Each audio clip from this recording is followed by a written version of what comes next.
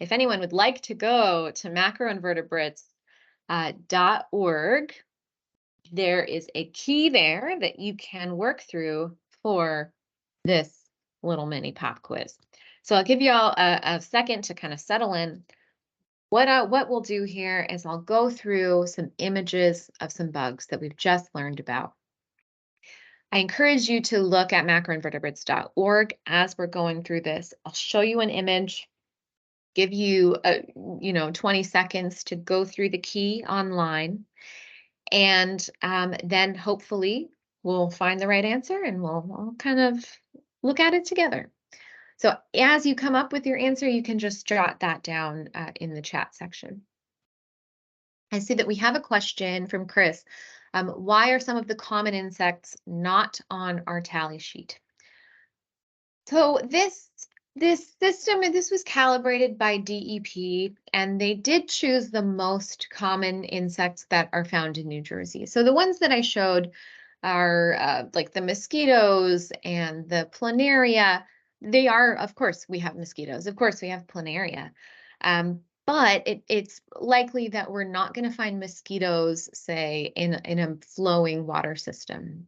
They tend to congregate in those ponds and slow moving ditches, where they can procreate really, really quickly. So they've tried to put the emphasis on those insects that are most common to New Jersey streams. I don't know if Debbie, you want to hop in to provide anything else from like the DEP side on the bug stuff. Yeah, so there was a study that looked at the different macroinvertebrates that were found in different streams and compared to the water quality measured in other ways. I don't recall exactly, but like, for example, dissolved oxygen or nutrients, and then used some statistical methods and like which organisms would be good indicators for saying something about what the water quality is. So if there was an organism that was found everywhere, then it wouldn't be a good indicator of whether the stream is clean or not, because you would find it everywhere. If there was something that was super rare, that also wouldn't be helpful for telling you, because you wouldn't be you wouldn't be finding it very often. Yeah, definitely. Thank you, Debbie. That's a super good point. And I think maybe one of the best examples of that are the true bugs, things like back swimmers and water boatmen. They're lunged, they breathe air. They are found pretty much in every water body in one form or another, in some density or another. So that's a good example of ubiquitousness that we would not count. Yeah. Thanks for the question. That's a good one. Okay, pop quiz time. No pressure. Come on, we're just going through the key to look at these features. We will start with this young man. I'll give you just a few seconds. Take a look.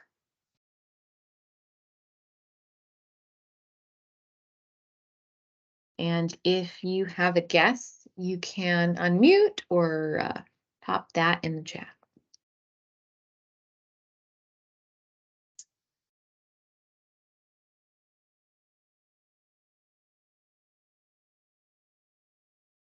This is a dipteran, definitely. This is a true fly. So under that category, which true fly it is, we do have it in the comments. A midge. Excellent. Yes. So we have the hardened head capsule here. We've got the pair of prolegs just below the head and at the end of the body as well. Nice. All right. Next one.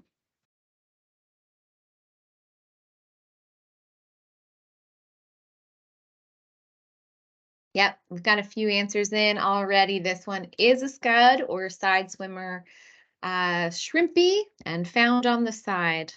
Whoops. I think someone has taken over. I'm gonna request that back.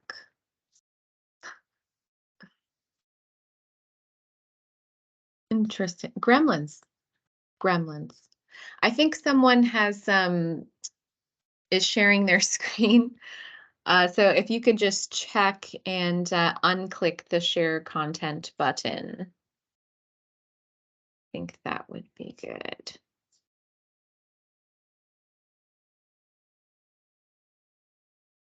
And I'll try to reshare my slides.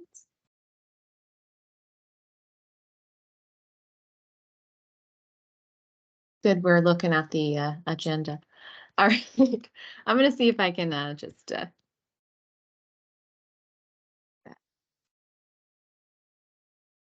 one moment, please.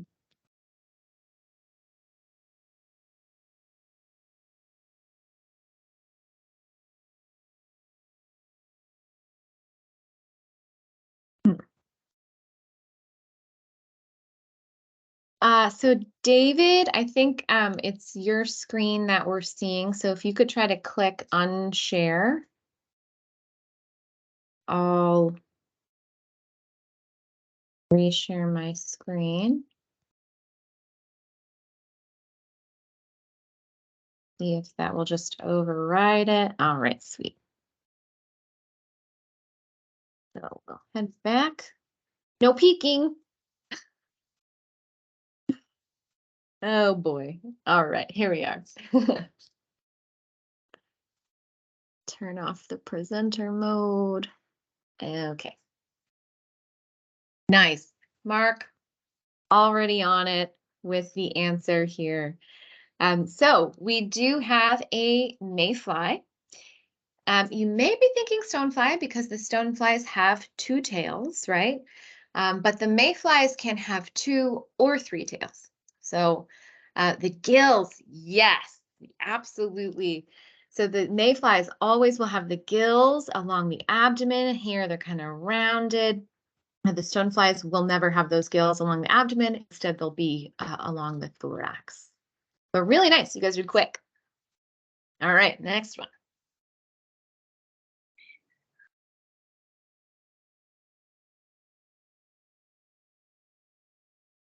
Like we have consensus. Nice. All right, we have a damselfly. Excellent. So we've got the three pairs of jointed legs, as just streamlined body all the way down with these three more paddle-like gills at the end, not the tails. And if you were to flip it over, you would see that lovely lower labium as well. Have our next example.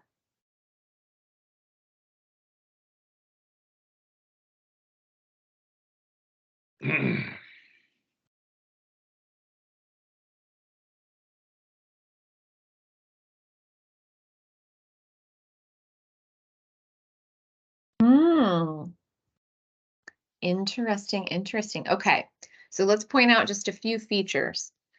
We've got, now this is a tough one to kind of look at digitally. Perhaps in real life, this would be more apparent.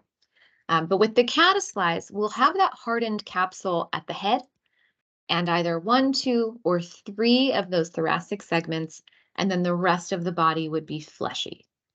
With the riffle beetle larva, you've got that hardened segment, brown, dark brownish to black, all the way down.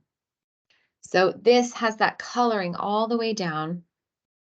And we also have possibly an operculum that's opening at the end of the body. So remember, the caddisflies will have a pair of prolegs at the end of the body. The riffle beetles will not have prolegs. They may have that operculum opening. So any questions on the riffle beetle versus caddisfly? This is one I think real life will help us make that call. Okay.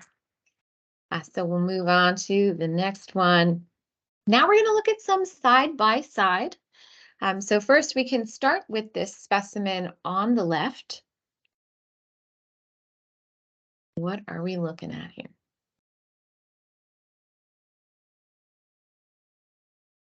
And on the right, we have a stonefly. Yes, so on the left, we have a mayfly. Now, why is that? It's got the gills along the abdomen and 2 or 3 tails. The stonefly on the right, no gills along the abdomen, 2 tails. And do we see maybe some hairy armpits under there? Nice job. Okay, here's another side by side. So you can, in the comment, if you like, left X and right X.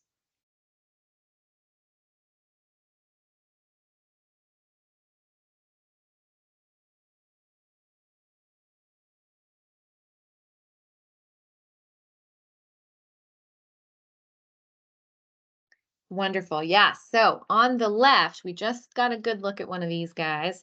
That hardened body all the way down with that open operculum at the end. We have a riffle beetle on the left. I should move that font over to the left. On the bottom right, we have a caddisfly. So you can see that hardened bit on the head, that first thoracic segment, and then fleshy the rest of the way.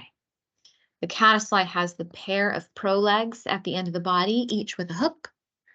And the riffle beetle has an operculum that might open to show gills. So riffle beetle on the left, caddisfly on the right. Nice. Okay, next one.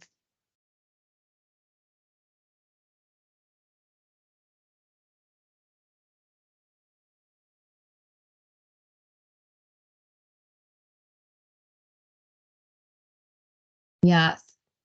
So on the left, yes, indeed, we do have a sow bug, flattened from top to bottom. We do have 7 pairs of legs. This enlarged final abdominal segment, very long antenna. On the right-hand side, we do indeed have a Dobson fly larva or Hellgrammite, however you prefer to say it. So sometimes these get confused because of the number of legs that a sow bug has versus these abdominal filaments that are sticking out. So I just want to make sure that you can see the difference between these jointed legs on these first 3 segments along the thorax, jointed legs. And then beyond that on the abdomen, it's just that filament. So no joints there. It's a little bit, it can kind of move a little bit more than the jointed legs can as well. So yes, sow bug left, Hellgrammite right. The Hell's bite, they do, yes, they've got pretty big mouth parts you can see, and they kind of bring them together, tink. So if your finger's in there, it's just a little pinch, if that does happen, it does rarely happen. I don't want to scare anyone away from the Hellgrammite, even though they are named after Hell. This next example, we can see, oh, the adults are so scary. I totally agree. Dobson fly adults, huge. Huge, huge, huge. Be tough. I hope that we can see all the features of that lower specimen, especially on the underside of the abdomen.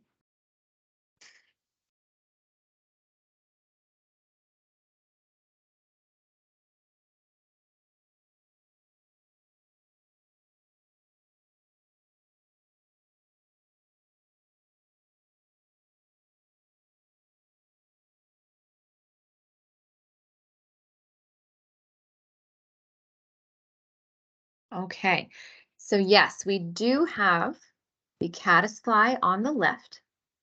We have the head, 1 hardened plate, and then the rest is the green fleshiness, paraprolegs at the end of the body. Now, what do we have on the bottom? Also a caddisfly, but it is a net spinning caddisfly. So we have to differentiate these from the other caddisflies. Now, why is this different? We have 3 hardened thoracic plates. So we see the kind of brown bit just below the head, and then it's fleshy on the abdomen. We do still have the pair of prolegs at the end of the body, but the net spinners may have this kind of branching gills on those prolegs. And what may be really hard to see in this image are the gills on the underside of the body. So we've got these branching white gills that should be pretty obvious when we're in real life. And I'm sure we'll get a chance to compare these tomorrow. All right, I think just one more.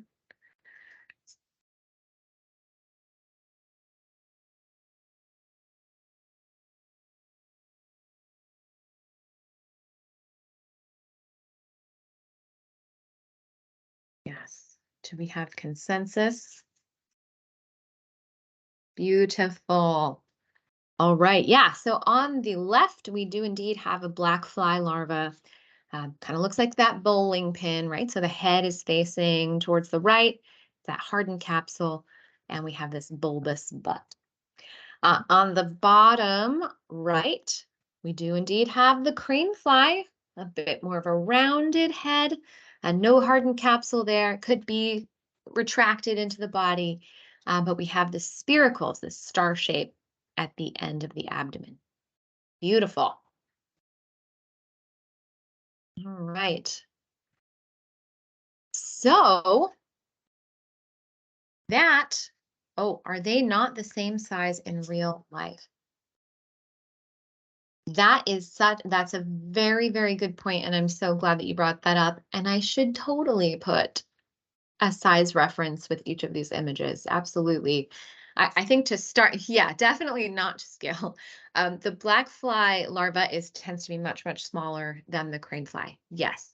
So I think to start, I like to look at that, like the specific features of these organisms to compare. And then as we get our hands on them and look at them, we can start to get a feel of those size differences. The crane fly tends to be bigger than the black fly larva.